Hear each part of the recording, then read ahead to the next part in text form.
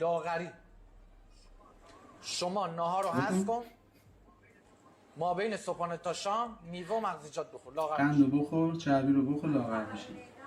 میوه و زرم سبزیجات میدم بخور، داره. قبل به نهار جای شام لاغر نهار میشی. که نمیخوره، قبل شامش هم عرق زنیان بخوره نصف استکان. نصف استکانم عرق زنیان. بادت میخواد.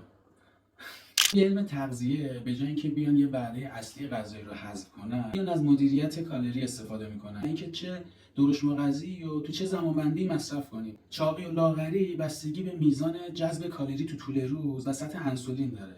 و اینکه ما بیایم یه وعده غذایی، اونم وعده غذایی مهمی مثل ناهار که جلوگیری میکنه از افت قند خونمون تو بعد از ظهر حذف کنیم و به جاش میوه و مغزیجات بخوریم. مغزیجاتی که کالری خیلی بالایی داره، درسته چربی مفیدی داره ولی خب کالری خیلی بالایی هم داره، و اینا رو جایگزینش کنیم 100% جواب نخواهیم گرفت.